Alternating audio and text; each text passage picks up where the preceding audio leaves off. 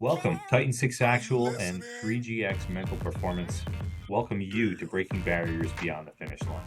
I'm your co-host, Lou Greco from Titan 6 Actual, and alongside me is the brilliant Sarah Griffey Snyder from 3GX. In this podcast, we'll dive deep into the human spirit, resilience, and the relentless pursuit of excellence.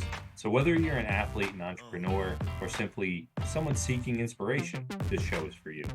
We'll explore stories of triumph, setbacks, and unwavering determination that propels us forward. As a retired Army Engineer Reservist, I've faced challenges on the battlefield and beyond, and now I'm on a mission to help you discover your inner type. And I'm Sarah, also known as Coach Grip, a mental performance coach. Together, we dive into the psychology of peak performance, mindset strategies, and how to overcome mental blocks. Whether you're aiming for the podium or simply striving for personal growth, we've got you covered. Join us as we explore the intersection of physical and mental strength, share expert insights, and celebrate those who go beyond the finish line. So grab your headphones, lace up your sneakers, and let's break barriers together. Remember, it's not just about crossing the finish line, it's about what lies beyond. Welcome to Breaking Barriers Beyond the Finish Line. Stay tuned for upcoming episodes where we'll feature incredible guests, share practical tips, and ignite the fire within you. Welcome back to our podcast, Breaking Barriers, where we seek to inspire and empower the best version of yourself, help others do the same by going behind the scenes and beyond the finish line with our next guest, Brice Johnson. So, Brice, we definitely crossed paths at DECA, but never really got to meet you officially until getting on the team with Mark Jones and his Guinness World Record attempt, and got to hear a little bit of your story. Really, really excited. Had our last guest, Tara Papia, and she says, "Hey, I think I've got the great person to have you guys interview next." And I was like, "This is beyond synchronicity. This is just meant to be." So I'm really excited to have you on. Thank you so much for being here, as well as my co-host Sarah Griffey Snyder from 3GX. So let's dive right in. Brice, tell us a little bit about yourself. So I'm 38 years old. So starting from basically childhood, my parents divorced when I was probably about 5 years old. And then it was just back and forth between parents' house, back and forth. Felt like, it was a big inconvenience for them. So really never, and their negative lifestyles too was just not good at all. So it was not a very good homestead at all. Started using drugs at an early age with my parents. By the time I was 14, my dad passed away. And then a couple years later, my mother passed away probably when I was 16. And so I was left on my own. I had to drop out of school to provide for myself. And I just continued into the criminality and continued to started growing marijuana, cultivating, ended me a prison term for cultivating. And that going to prison just made my criminal network there's no rehabilitation in prisons. They need a lot of help there. It's just a sad thing that's going on in our prisons. There's no rehabilitation going on. There's really nothing going on there at all. So like you're growing up, and what you see around you, you're like, all right, this must be normal, right? So now then you get incarcerated and you're like, all right, this is just more of the same. Yeah. So it's just reinforcing everything that you grew up around. Yeah, just enforcing my habits, coming from my parents and seeing their habits, and which, usually you fall in with your parents' habits. And so, yeah, I'm all like, yeah, this is what I'm going to be doing, going in and out of prison. I guess this is the life that my parents chose for me. So started going out, started getting a big criminal network, and started really getting involved in criminal activity, in and out of prison. Had my son at 21, went back to prison for first degree burglary, and got 5 years for it. Went all the way to maximum security prison where Aryan Brotherhood is at. And then I found out that everything I loved and respected was criminality, and figured out that it was just all a facade. There was no truth behind it. It was basically, to them, was all about money. So once I figured that out, I got sober. I needed to change my life. I This was while you needed, were in prison, yes, or sir. because I know things get in. It's not like you can maintain that clean and sober inside necessarily, right? Well, yeah, I mean, there's availability of drugs. I mean, if you want to get high, it's there. The opportunity is there. I just realized if I continue to get high in prison, I was going to end up doing life. I was going to end Mhm. up getting to do something and end up catching life in there. And so my way of getting out at that point, I was like, I need to get clean. That's the first thing I need to do, is get sober. So this is this is actually something that Tara, our last guest, like I said, brought up. She said, I think that his interview would be instrumental for a lot of your listeners. But her question was why? What was it exactly that motivated you to want to get clean and sober? So yeah, so at that point in my life, I realized that growing up the way I did, I needed more stability in my life. I was never really had a solid homestead. It was back and forth between parents, felt like an inconvenience to them. I had my son, and I'm like, I do not want to be that father that's not a part of my son's life. I do not want to fall in my parents' footsteps. I so I made a big change in my life. I was like, you know what? I'm gonna get clean and see what I can do with that. What's the next steps? And that was finding a program that would give me good values and morals of life, something I do not have. And so I started reaching out, started looking at programs, and that's when I found Jericho and wrote them a letter. And they accepted me when I paroled. That's pretty incredible. Now, interesting enough, I noticed in kind of doing some background that Joe DeSena on his Spartan Up podcast had actually interviewed the founder, Chuck. Chuck Etchison.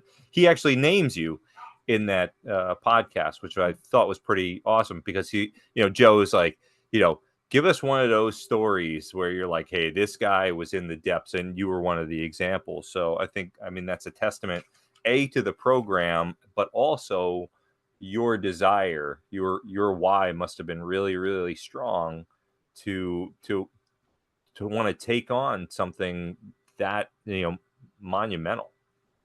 So Yeah.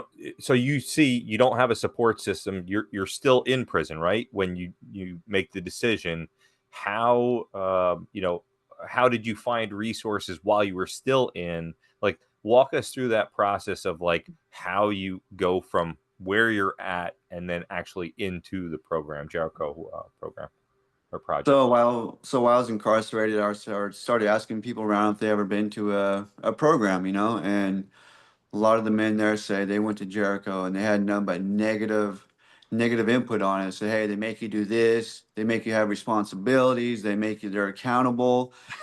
And I was like, that's what I need. Right. That's what I need. And so I never heard Yeah. anything positive from this program from anybody in prison. And so they have counselors in prison. So they got me the number, wrote them my letter. And then they wrote me a letter back saying I was accepted, but I had to find my way to there. And I was just like, man, that's even harder, paroling from prison and then having that freedom, and you make that choice yourself to get on that bus to go to that program or go back home. And I knew if Mm. I went home for one day, I would never make it to that program because I'd fall right back into the scene, right back to do what I was doing. So I got on that bus and made it to Jericho. That's incredible. Now, there there's you're wrestling with things, right? But you made a decision. And was there that's not an easy decision. Was there like a skill or something, or or just like a voice in your head, like what do you think it was that was really pushing you in the right direction, where everything else in the past was kind of leading you to make those bad decisions one after another? Like this is a hard decision, and it seems like you set your mind to it, you had your why, but like, okay, now after the why, it's like, what did you have to constantly like say something to yourself, or lean on somebody? Like what kind of skills or tactics did you use to stay on course? Like I don't have no family. I don't have nobody out there. Everyone has basically passed away in my family at this time, and I really had nobody to lean on. I mean, all my friends that are on the streets and everything that I loved and respected quit answering my calls, quit answering my letters. My whole prison term, they were tired of dealing with me because of my negative influence and what I was doing. They were like, whatever you're They were just doing, done. they Yeah. were done. And that took an effect on me. At 3 years into my prison term, I realized, you know what, this is the people I really love and respect on the streets who looked out for me. What am I doing? And then also my son, I'm like, man, I'm following the same footsteps as my parents, being a Mhm. fatherless son, and that's not a good feeling.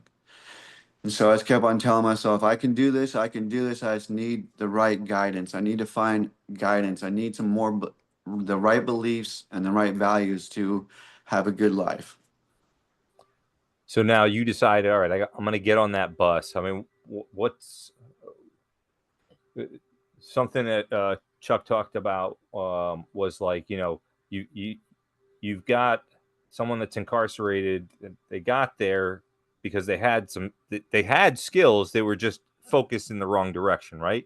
So resourcefulness is one of the things that he talked about. And I was like, yeah, that's kind of interesting. Like I've had this conversation with a cousin of mine who was battling drug addiction, heroin, and same conversation. Like, hey, you worked just as hard, and now you're doing it for the right reasons, got clean and whatnot. So now you had to be resourceful to get your behind to Jericho Project, right? So Yes. did you find that you were all right?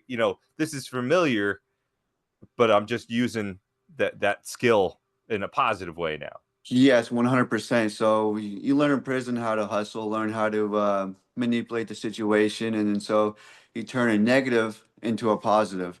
So I turn all my negative traits into positive traits that I could use. And it's a good switch. I mean, you learn a lot how to deal with people, body language, you learn how to talk to people and how to get information. I mean, that's all you're doing in prison is gather information on other people, guards and stuff like that. So there is some positive traits that come from it.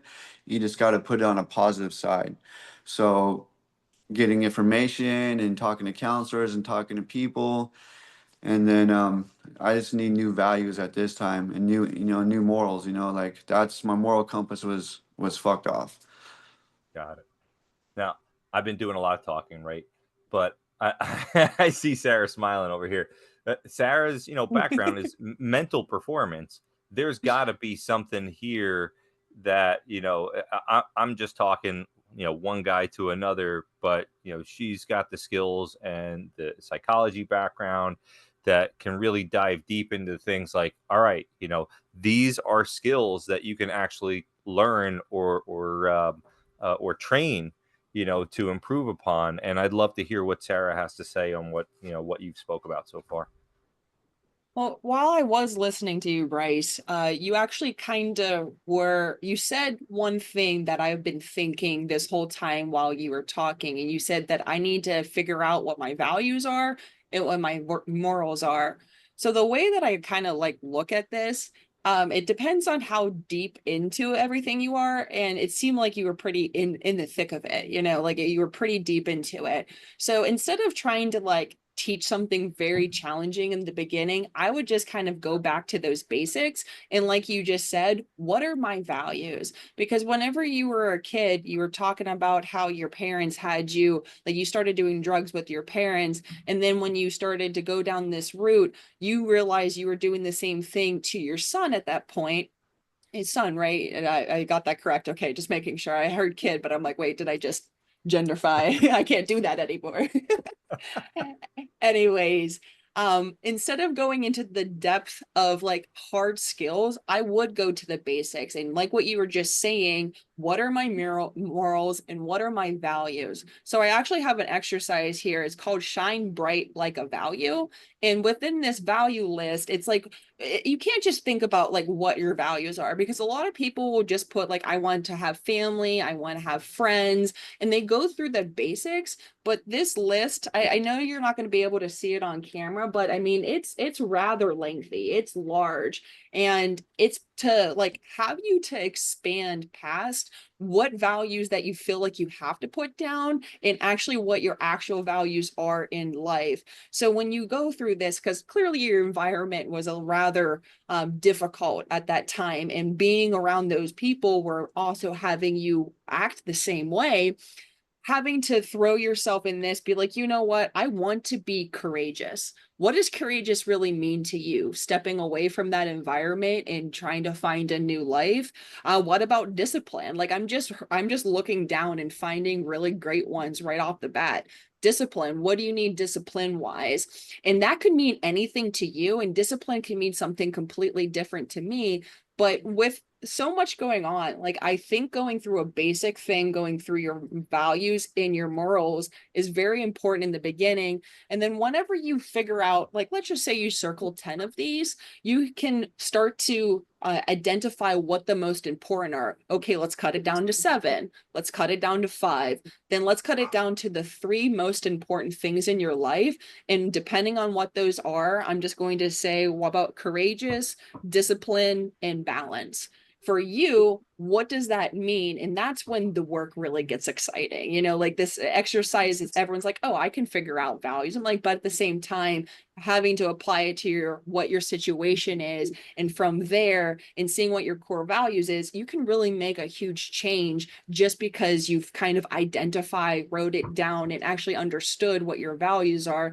And it seems like you have done that, but it took some work. You know what I mean? It took a lot of back and forth battle with in and out of prison, who you were hanging out with, and then finally realizing, you know what, I want to get sober, and figuring out your why from that too. So simple exercise, but at the same time, it's super effective. Well, yeah, I definitely have to take a look at that list. I mean, that's something I want to do right now. But yeah, But I mean, you values. did it instinctively, which Yeah. is Yeah. amazing. And it goes back to the whole resourcefulness. It's like, okay, you you're like, all right, I just got to refocus this in the positive direction. So, all right, so you get there day one, and what's going through your mind? Oh man, did I make the right decision? I mean, is this really gonna work? I mean, I really hope this works. I mean, I don't have another chance. I'm a second striker. So I'm just contemplating because it's a 1 year commitment program. So I got nothing to lose at this point. I mean, I don't have no family. I don't want to go back home. I don't want to fall down that road again. I've been sober for probably about a year at this point, and I just need some guidance at this point. I just hope this program can give it to me. And so, was it like immediately welcoming, or like what was the atmosphere when you got there? So I got there at 11:30 at night. So the program, so the apartment complex they own, I didn't go to the HC headquarters. I went to Phoenix Block, which is their apartment complex where everybody's housed at. And then they have house coverage. That's where all the counselors and that's where they deal with all the behavioral issues there. So I go there and that's where all staff members are too. So I go there and they do an intake process. And then if you don't pass their intake process, you're not accepted. So you do a written one and then you do an in self interview. And if you don't pass that, they do not accept you. So I was worried about maybe not getting accepted for some reasons. Mhm. So I go in there. Nick Rogers, he's still the director under Chuck. He's a big guy. I look at him, I'm intimidated. And I'm just like, holy cow. So he goes over my intake process, and then I go up to one of the apartments, what I'm assigned to. And then the way the apartments are set up, they have a manager, a co-manager, and then you have 4 other men in another room that are just brand new like me. So I go into my apartment, I meet my house manager, and he is awesome, man. He's into CrossFit. He's going to college at this time. He's already graduated the program. He's an alumni part. And I'm like, really? You graduated this program and you still stayed here? And he's like, yeah, I'm on payroll. I'm just saving all my money, going to college and getting really into my fitness. I was just like, wow, what's CrossFit? Well, what's going on here? And he lining me out a little bit. And he's like, hey, we'll talk more in the morning. It's kind of late. And so I went to bed. I'm like, wow, so far, so good. Um, really interested in what's going on here. Everybody was welcoming there. And the next day you go to the center and they have it's called so you go through the warehouse. They have daily vocational trades that you learn, window glazing, or they do framing or some automobile, just to keep you busy. So, like, if I understand it correctly, right, the couple of the big things is it's very structured, right? It's almost military-esque, Yes. when you get there, but not in a, like, old school, like, beat you down kind of way, but you understand that you're accountable, right? And you're Yes, part of sir. you're part of a team or a group. And so education is big, or at least vocation, right? And fitness, if I understand correctly, is also a key component. So you sounded like you were really excited when you learned about, or were hearing about CrossFit. Um, it Was fitness ever a part of your vocabulary, up to that point? Yes, sir. In prison, it's mandatory that you work out. So it's mandatory in there that you work out. But it's not like real. It's not like you don't know the fundamentals or the body. And so they're just doing what they do in prison, the prison workout. So you really don't know much about workout. But I have worked out, so I didn't know like the anatomy of a body, weights. I never touched weights. It's just all body weight in prison. So really intrigued by that. But yeah, the military structure there. Chuck was in the service himself, and so he structured a lot of the program like that. Uh, so your house managers are like your sergeants, and then below that you got your soldiers, and then you got your generals, at which would be Chuck and Nick Rogers, and so it's structured like the military. Nice. So, all right. So you went through it, or as you're going through it, you find out that there's an alumni there. Is that like a prerequisite to work there, that you have to have gone through the program, or it just happens that so many guys want to give back? No, so once you graduate the program, you fill out another application, and then you have to be accepted. So everybody does not get to be alumni. It's accepted only. So if you do good in the program, you're a positive influence on others, and you're going to bring something to Jericho to help pay it forward and help to get guys to see what hey, I graduated. This is what I'm doing now, and you're a positive role model. The chances of you being accepted are high. Nice. So not every alumni can be on staff, but every one of the staff was former alumni. Correct. So when I had my first meeting and I seen there, like, so that when I called there for my first interview, I thought I was talking to a hired person. And then when I got there and I seen their offices and seen this facility, I was just blown away. And I'm like, those people working right now? And he says, yeah, those are all clients. They're working in the office. They do paperwork. They talk to lawyers, judges. And I'm like, who do you guys hire in here? And they're like, nobody. This is all staff, is people that have been through the program and they stayed on, and now they're staff. And then we have clients that work in the office and help out with paperwork and stuff like that and learn a trade. So, first thing that comes to my mind when I'm hearing this is that this has got to be a massive impact to you, seeing like what your future could be, right? It's like, oh Yes. wait, they went through this, and now look at them. They're trusted enough to do this, and B, I also know that the guy sitting across from me isn't bullshitting me when he says he's been through it or he knows how I feel, because he lived through it himself. Yeah, I got a lot of respect for people when they've been through what I've been through and then they're trying to help me. It's just like if I went and talked to a normal counselor about my addiction or about my criminality or something like that, and it'd be hard. He's only book smart, and it's hard for me to relate to him. He's never been in a jail cell. He's never been in a riot. He's never been incarcerated. He's never felt, being a drug addict or never felt any of that kind of stuff. He's just only book smart. So that right there, I really took a liking to. And then Chuck himself has been incarcerated a lot. And yeah, it was what I was seeing there. I was like, you know what, this is something I can do. And then probably about 6 months into my program, I made the decision that I wanted to be staff. That had to be so impactful. And same thing, that was the first word that came to my mind whenever I heard you talking about this. And I think people don't realize that, like, when you bond with somebody, it's not just because you look the same, it's because you've done the same things. And I liked how the program, kind of like what Lou was saying, it gave you hope that I could be on the other side of this. I can relate to this person. I see them working hard. They're trusted, because that's one of the things I think is very challenging, is like once you get moved to something like a transition. So like, let's just say you're a student going, like you just finished college and you're trying to get a job. There's still this trust barrier of like, am I educated enough to be able to do this job?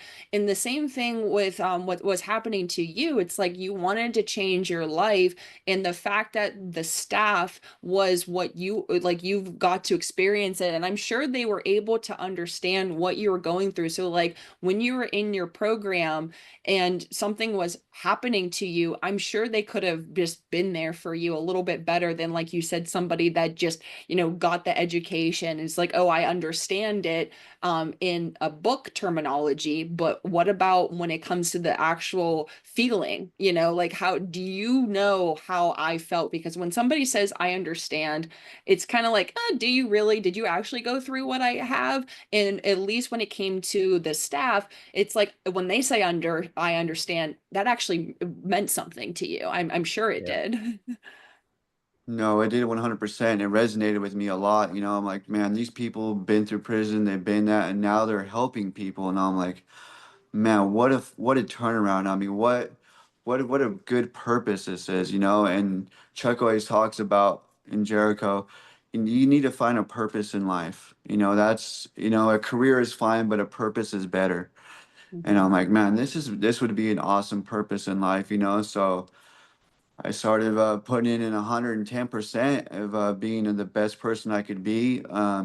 First, just working on myself until I can be a positive role model to the men around me. But I had a lot of self work to do on myself first. Yeah, I think everybody has some type of like self work that they don't realize it. And sometimes it just takes a mentor to be able to do that. So I know that you're talking about trying to see if you could be staff, but when you were actually in the program, let's just kind of talk about when you first got there. Do you feel like you fought back a little bit at all? Did you feel like you instantly were gun ho about it? Were you a little bit like, I'm about this and then not about it? Like, kind of explain your experience before being impacted by the staff actually going through the program as well. Yeah, definitely had. So I was ingrained with a lot of prison mentality still, and that was really hard to get rid of. So they have like a dress code there at Jericho. They don't allow you to like roll your pants like you did in prison. Like there's zero tolerance there to talk about where you're from, what kind of prison you're at. Like they want zero of that talk there because that is nothing to do with what you're doing now. And Mhm. so me being a white man in prison's a lot of racists going on. And so I had my pants tucked like I was in prison, tucked and rolled. And then another black man came up to me and said, "You know what? You need to untuck your pants." And I was just like, here it is, another race telling me what to do. What do I do? And you know what? I told myself I came here to change, and I untucked my pants. And I said, "Yes, sir." And so yeah, there was a lot of struggle there, trying to get rid of all the bullshit that I fucking learned. It was hard. It was still there was a lot of pushback there, but I came here to change. And for that, I had to empty my cup out and really put in the effort. It sounds like it. I know it's really difficult, and going through all that too, it's like, where do I fit into this space? And I have noticed the way you talk to me and Lou, you say yes sir, yes ma'am, and it's very respectful. And did that come with time, or was that always like how you talk to everybody? Jericho. So Jericho is very respectful. They're very, you give everybody yes, sir, yes, ma'am. It's just a sign of respect. And that's one thing I loved about it too. You give everybody respect there. You can earn your respect and everything's earned there. Nothing's given. And that's what I loved about it too. No one's given anything just because of who they are or where they've been. As soon as you get to Jericho, you sign a contract where you're not allowed to talk about where you're from, who you know, because it's not necessary to what you're doing now. You're creating a new identity, and Yeah. all this stuff in the past has nothing to do with your new identity. And that's what I love. Like, so we're not glorifying prison, we're not glorifying who we know on the streets, we're not glorifying drugs. That's zero tolerance there. And I'm like, man, this is awesome. We're not glorifying anything there. 'Cause that's all we do in prison is glorify who we know on the streets, drugs, and all the criminality that we do. And that's a zero tolerance there. And it's just a great, great teaching grounds. Yeah. It's like what you talked about, the identity. You kind of had a zipper on the top of your skull and just kind of zipped it off. You're like, I shed that skin and this is the new me. You were able to release that old baggage, we'll call it, or skin, whatever terminology you want to use for that. And now you get to actually be the new you. So you talked about identity. So with your new identity, how do you kind of describe yourself in like a couple, like, are you a OCR athlete? Are you a hybrid athlete? You know how some people have that kind of identity. What is yours specifically? I say a hybrid athlete, was really into CrossFit. CrossFit was a big thing there. We had Jason Kalipa come by and do a class with us. And then now I'm into rucking big time. So yeah, I'm pretty sure a hybrid athlete doing the Decas and Spartans. And yeah, anything fitness, man, I'm into. Hmm. So it sounded also like, from that earlier interview that at one point Chuck had sent a group of folks over to a Spartan event, right? So like, is that something like that happens regularly, or talk a little bit about that, or from your experience? So when you get there, they have a binder there of what activities they do, and so at the time when I got there, they did one Spartan race and one Tough Mudder race a year, and that was it. That was all the social events they were doing there when I first got there, and I loved it. I went to one Spartan event when I was there when I was a client. Loved it, man. The community there, and then after we race, we volunteer, and volunteering was probably the highlight of the race because I was talking with normal people. People were like, who you guys are? You guys like military? Firefighters were like, no, we're a drug program for men only. And they're like, really? And they were like, that's really awesome what you guys are doing. I'm like, did not expect that response from them. And I'm like, Right. holy cow, they welcome us even though they're not judging us by our past, but what we're doing now. And then just seeing the looks on the men's face and how they were just, because all these people have been incarcerated and a lot of them are in lieu of going to prison. So Jericho is also an alternative sensing program. So you can go there in lieu of prison. So there's some people there with 20 years over the head. If they don't complete that program, they go to prison for 20 years. So they're incentivized. Yes. Highly incentivized. That's great. Yes, it is great. And so when people go there and they're still in that mentality and they see all this, it's just a light bulb goes on their head and they're like, wow, we didn't know this existed. Yeah.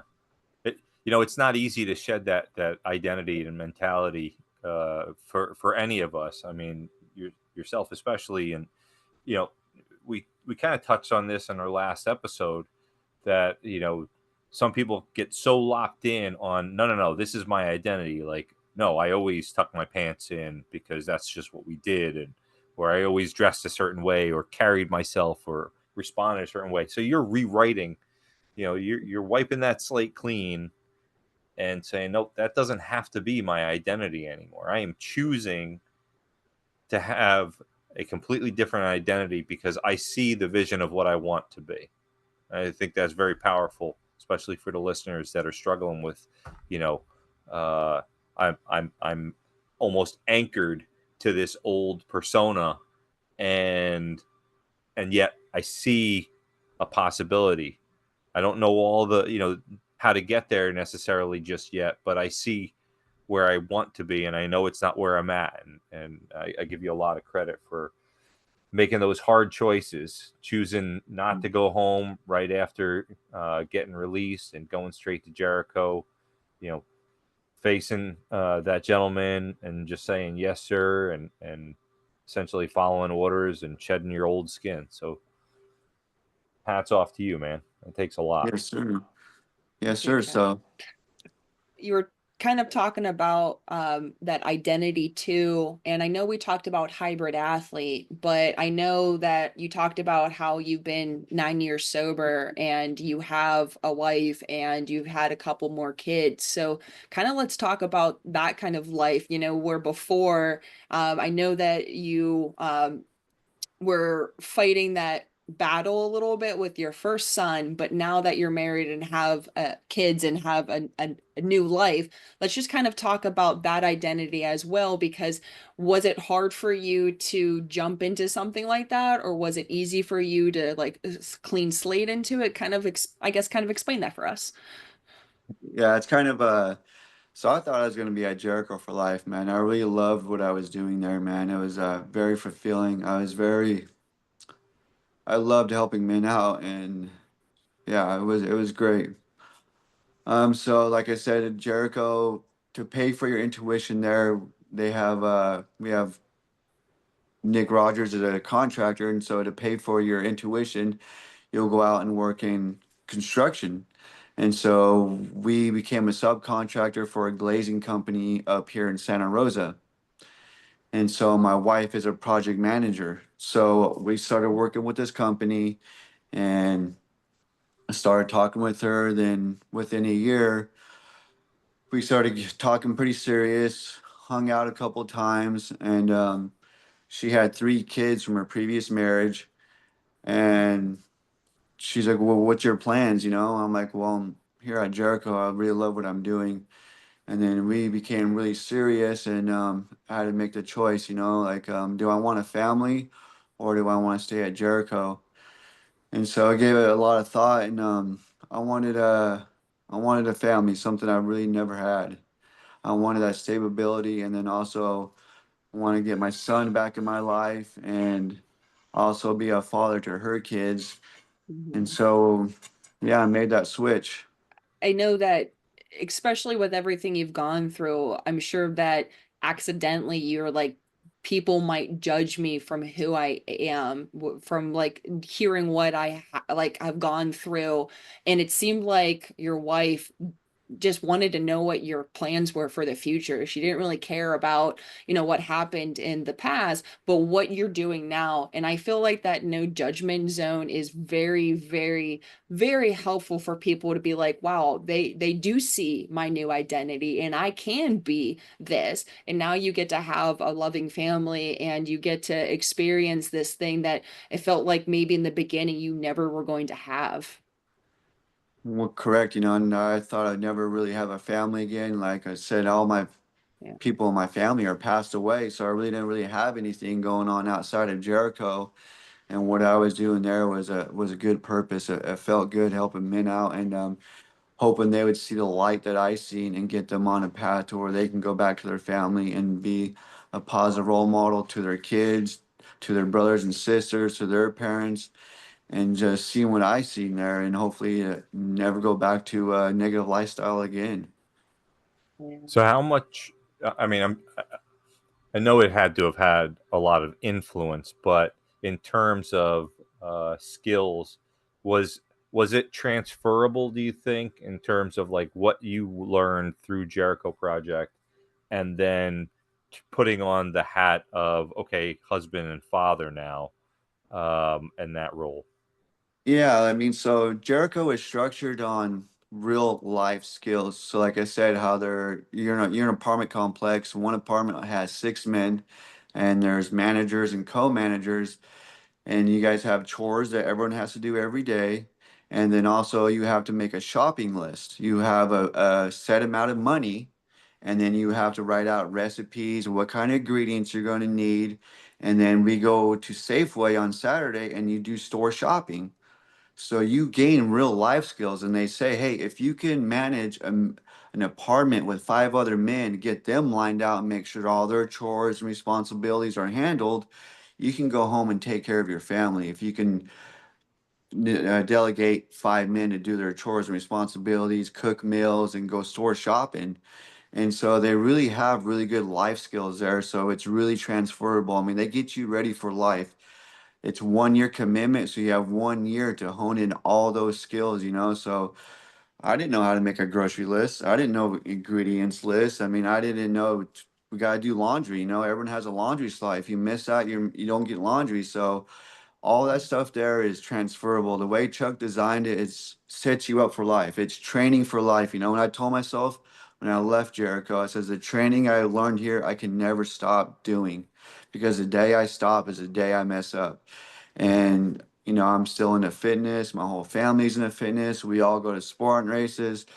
And same thing at Jericho. There's no sugar allowed there. You cannot have. There's zero sugar. They're really hard on health, really good on health, and the transferable there is great. The skills you learn there, it works. Man, I'm really excited. Are you going to bring your family out to NorCal for the Yes, event? sir. Yes, sir. I'm really looking forward to meeting them, man. Yeah. So I think that's incredible. And to answer Sarah's question, I think, you know, his wife had to have known, all right, if he went through Jericho Project, all right, he knows how to cook, he knows how to clean, he knows how to True. shop. I think she had a little inside scoop there. She knew the kind of man she was getting. So she just said, all right, where's his head at? Because he's already got these skills. I don't think I'm reaching, but you know. Yeah, and plus what I was doing there for that company, you know, that company reached out to me as well, and they said, hey, whenever you leave Jericho, you need better give us your first call. And so, you know, that company really loved what I was doing there too. And it's just, yeah, I made the switch, and now I work with my wife. We work at the same place. That's incredible. Man, Yes. It is. What an incredible turnaround, man. I love hearing stories like this. I love hearing Yeah. stories like this, and I really hope that it does resonate with some folks that are listening in and watching, because Well, your story is just, you know, inspirational. Yeah, it, and you know, so you know, to go backtrack a little bit, you know, so 6 months in my program, I talked to Chuck and let him know I wanted to be staff here. And he's like, well, what do you want to do while you're here? And I'm like, well, I want to take over the social events here. I think we can do more in what we're doing here. I think that will be a big part of treatment. I says, what I see out there when we go out there, we need more of. And he Mhm. says, all right, it's all yours. And so I took over the social events aspect. So started taking the guys to a lot of Spartan races, Tough Mudders. Went to Yancey's first DECA, met up with Yancey, and he was just like, who are you guys? And then ever since then, you know, I That's invited Mark incredible. and Yancey out to Jericho for 3 days, and they stayed with us. And wow, man, yeah, it was good. And then I met Tara at a Spartan race, and just what I've done there was a lot. You know, Tara's actually going to have a DECA event in May at Jericho, so I Oh, got that. nice. Yeah, Jericho's the only affiliate in rehabilitation of DECA, so I got that going there with Yancey. That's incredible. Yes. And so I love what I was doing there, man. And I love just trying to help men see the light, man. There's more to life than gang banging, selling drugs, and doing all that stuff, and negative influence to our community. We don't need that in our community. We need men to hold up their Mhm. responsibilities and take care of their kids and to help out people in our community. And So And I'm glad you used that word community. You know, we all have like a different word for it or whatever. Community, tribe. For Titan 6, I call it the Titan Brigade. It's just your new network. It's your extended family, right? And it's such a big part of being, you know, a positive identity is being part of that social group that reinforces the positive things in our life, especially when you're trying to pay it forward, or as in our ethos, servant leadership. You know, so I think that word community can't be understated, or it can be understated, I should say, because it's such a massive component of that overall rehabilitation process. Yeah, I think I was still a client at this time. So Jericho picks up men from prisons and from jails for alternative sentencing. So I had the chance to go back to my hometown jail that I've run amok in. They hate me there because all the shit I was doing in there. So I had to go there to go pick someone up. And when I went and knocked on that jail door and they're like, "What are you doing here?" And I'm like, "I'm picking somebody up to go." They're like, "Really?" They're like, "Well, you know what? We're really amazed that you turned your life around and you're not back in here. You're actually picking someone up to change their life."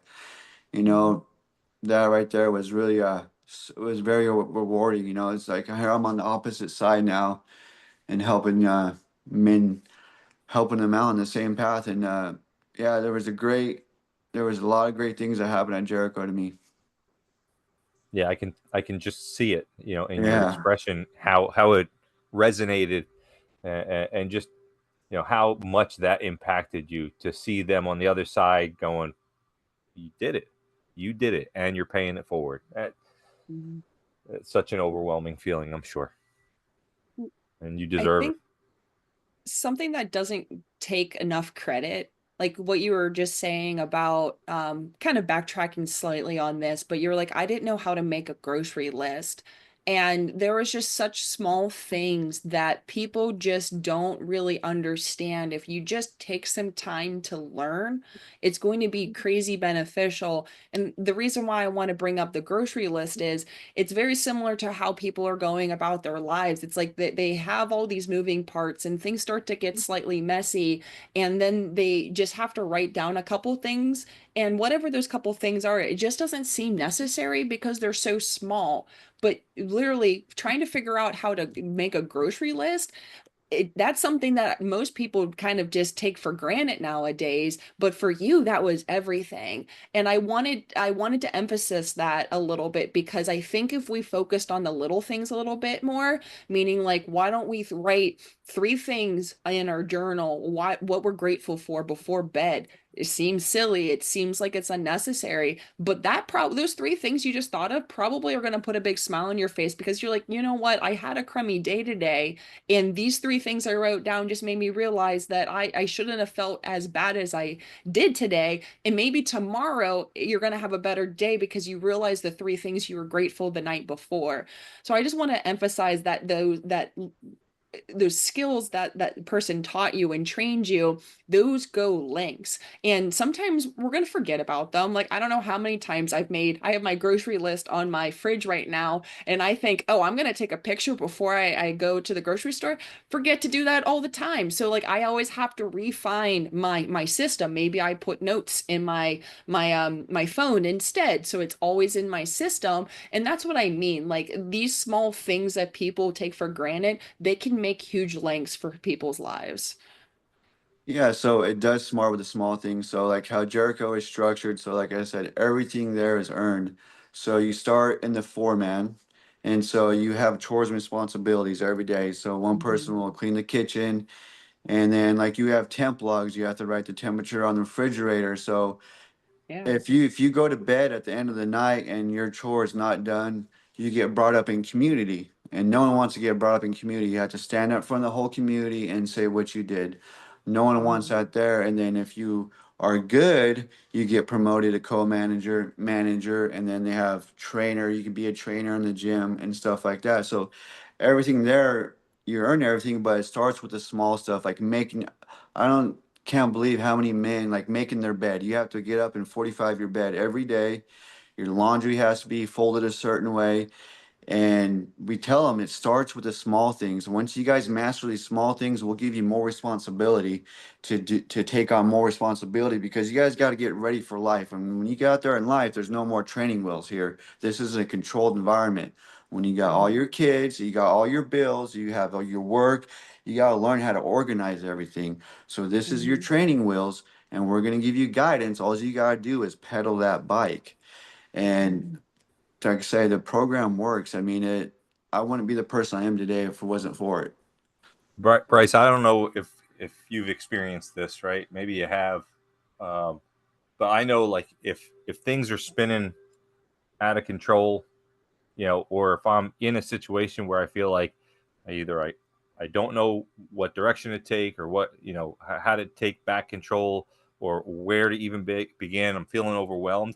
I go right back to basics, and it's like, okay, what can things are in, or what is in my immediate vicinity that I can organize and get down to the basics, even grab a piece of paper, start writing stuff down, getting the stuff out of my head. And once I start on those simple tasks and those little successes of like, okay, I did this, I accomplished this, I made my bed, I folded my laundry, you start doing those little things and you build up those small wins. And then next thing you know, it's like a light bulb goes off or something clicks and you're like, okay, I know what I need to do.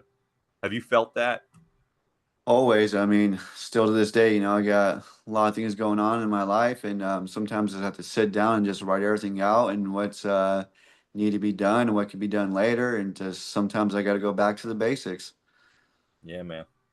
Yeah, I think people, like I keep saying, discredit the basics. And like, imagine if you built yourself up to be able to run 100 miles and then you ended up getting, we'll just say COVID, because COVID's always been a hot topic to talk about, but COVID just took you out for 2 months.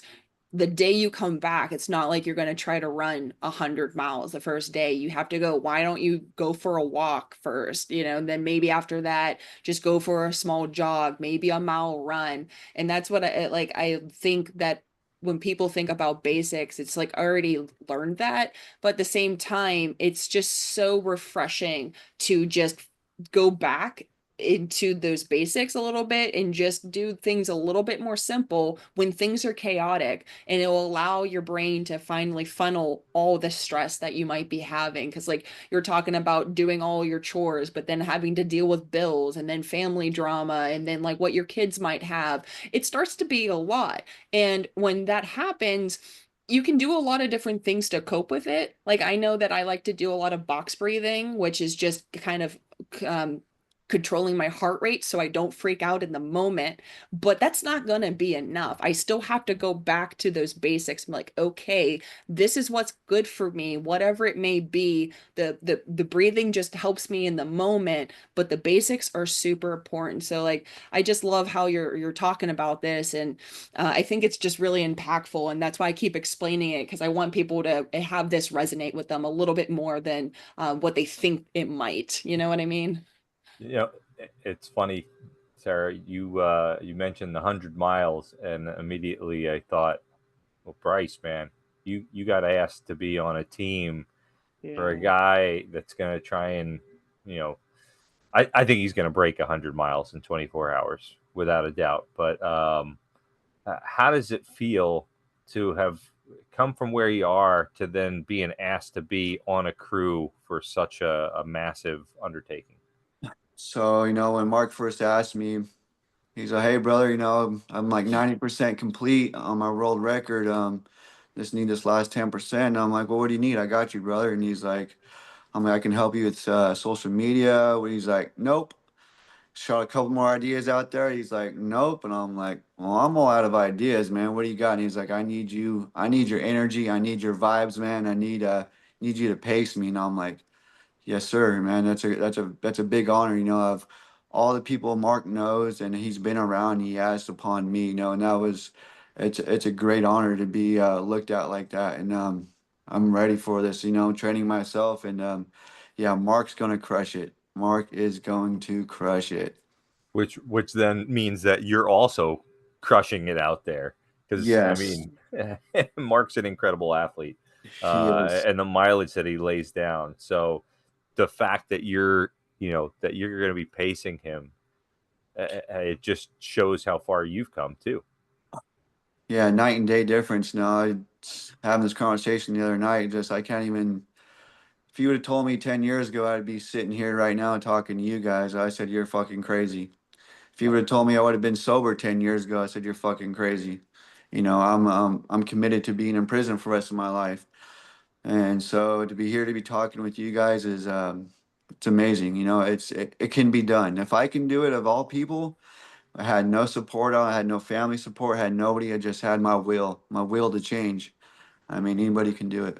And honestly, I mean, I feel honored to have met you, because how powerful your story is, and it takes a lot of strength. People don't understand the strength that it takes to do that 180 that you've done, because it's so much easier to do nothing or to just stay in the same rut that you've been in for however many years, and to make a conscious decision to climb out of that is not an easy decision. No, So go ahead. everybody I was associated with, I had one person call me from prison. He's doing 12 years right now. Everybody is dead or is in federal prison for RICO Act. So everybody was gone. I was hanging out with. So I mean, that lifestyle, there's no end game to it. It's just either prison or you're dead. So that's end game for where I was going. So Yeah. can you tell us about the brand? The brand, yeah. So, I want to continue this purpose. I never had a greater feeling of helping men out and showing them that what got me to where I'm at. And fitness is a big part of what I do and my sanity. It's more of just than physical.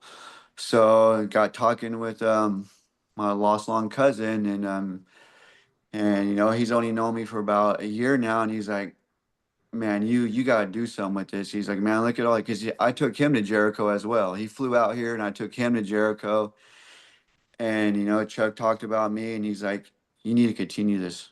And I'm like, what do you want to do? And he's like, you need to start a nonprofit. And I'm like, really? And he's like, yeah, let's do that. And I'm like, dude, and started thinking about it, and I'm like, you know what? That's my purpose, is to start helping men out. So I'm gonna come out with a brand nonprofit.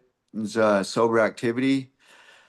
The brand, we're committed to empowering men and to showing them that there's another side of life, and to continue on the cycle they're on is not good. And then also to what to do after you get out of recovery, or if you get out of jail and you don't go to a program.